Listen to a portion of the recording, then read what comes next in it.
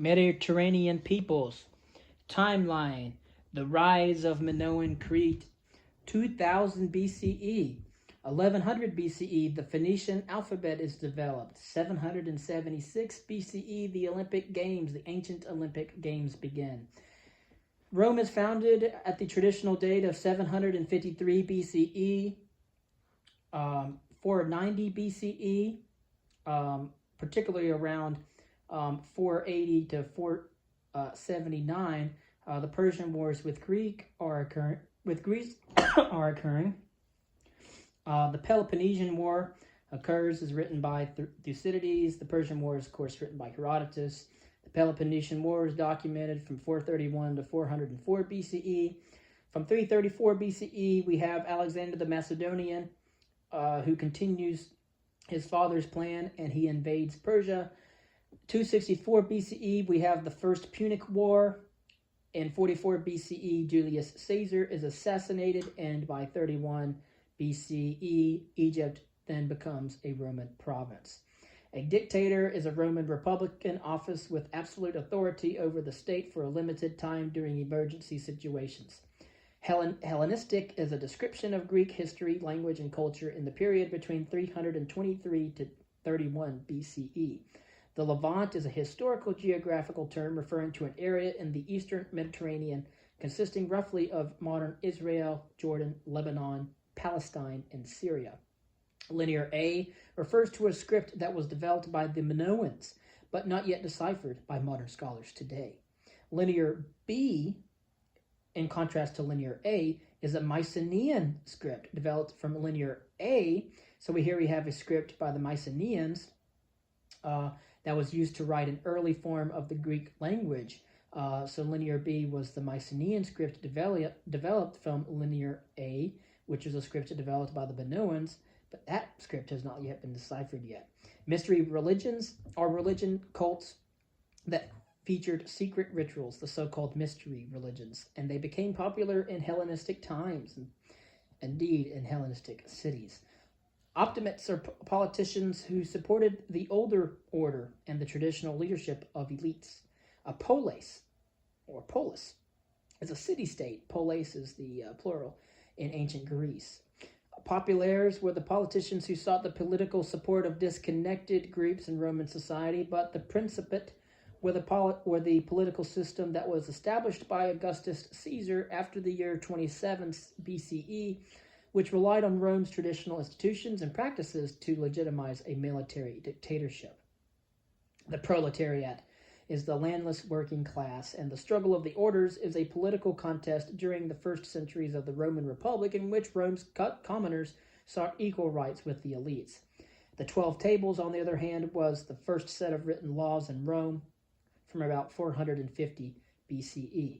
In the 1st century CE, a wealthy Roman in the southern Italian town of Pompeii, and again, Pompeii, the ancient city of Pompeii, was not found until the 18th century, which is why 16th century maps of Italy don't have the Pompeii on there, because it wasn't known to have existed.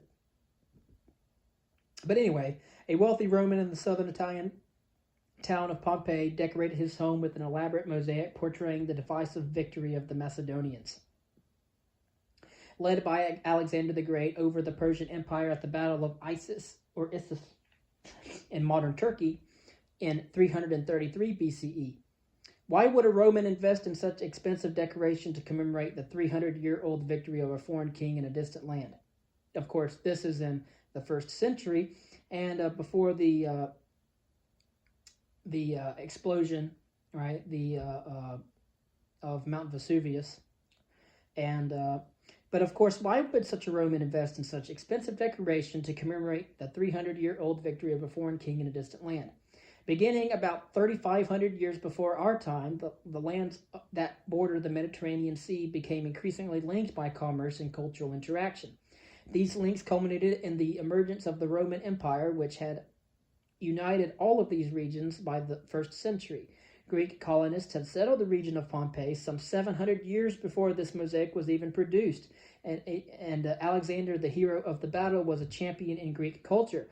And so we see how Pompeii was originally founded and populated by the Greeks before before the Italians. With his iconic victory, that of Alexander over the Persian barbarians, he represented the shared cultural legacy of the Greeks and the Romans. The history of the ancient Mediterranean world shows how this occurred. We have early Mediterranean peoples during late Bronze Age, a shared culture connected to the Eastern Mediterranean, including the Minoan civilization on Crete and the Mycenaean civilization in mainland Greece. The Mycenaean civilization on mainland Greece was influenced by the Minoan civilization on Crete, in particular their art and their culture. Around 1200 BCE, both of these civilizations collapsed, the Mycenaeans and the Minoans, and this was due to wars and migrations. The Iron Age, however, saw the rise of iron tools and weapons, as well as the Phoenicians, who invented the alphabet around 1100 BCE, and they also established extensive trade networks. After 700 BCE, however, Phoenician and Greek influence in central Italy contributed to the rise of the Etruscan civilization, which greatly shaped the development of ancient Rome and the Kingdom of Rome.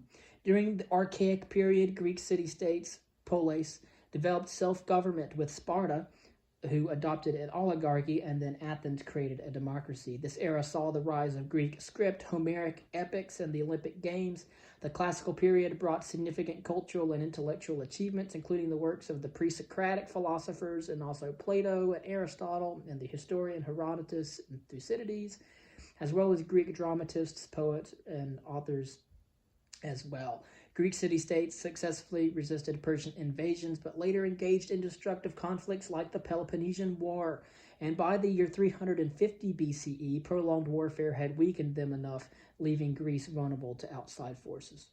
By 338 BCE, King Philip II of Macedon had become the dominant power in all of Greece. His son, Alexander, continued his father's mission and legacy to unite the Greek city-states and launch a campaign against the Persian Empire. After defeating the Persians at Issus in 333 BCE and Gaugamela in 330, Alexander claimed the Persian throne for himself and expanded his empire into Central Asia and India. However, after his soldiers mutinied, he retreated to Babylon and died in the year 323. Following his death, the control of the empire was fought by Alexander's generals, which was eventually divided into three kingdoms ruled by his successors, Antigonus in Macedon, Seleucus in Asia, and Ptolemy in Egypt. And of course, Greek culture flourished in these regions, especially in Alexandria, Egypt, which was a hub of science and literature. And with the loss of political sovereignty, many Greeks turned to new philosophical schools like Epicureanism and Stoicism. So we've talked about Epicurus, and we've also talked about Epictetus as well, seeking personal fulfillment and happiness through philosophy. In the late 6th century BCE, the Romans overthrew the Etruscan monarchy and established a republic. And so now we've talked about the early Mediterranean peoples, ancient Greece, the Hellenistic era, and now we move to the Roman Republic and the age of Augustus. Of course, the struggle of the orders led to the plebeians gaining legal equality with the patricians. And by the 3rd century BCE, Roman citizens were electing officials and they were passing laws through assemblies with the Senate overseeing decisions. Rome united the Italian peninsula completely by offering military protection to its allies, which allowed it to conquer major Mediterranean powers like Carthage in northern Africa and the Hellenistic kingdoms. And by the middle of the 2nd century BCE, that is, Rome had become the dominant Mediterranean power. But the wars and expansion created significant social and political problems, leading to internal strife. The Gracchi brothers attempted reforms. The tensions grew, however, between the populares, who favored the people, and the Optimates, who supported the elite.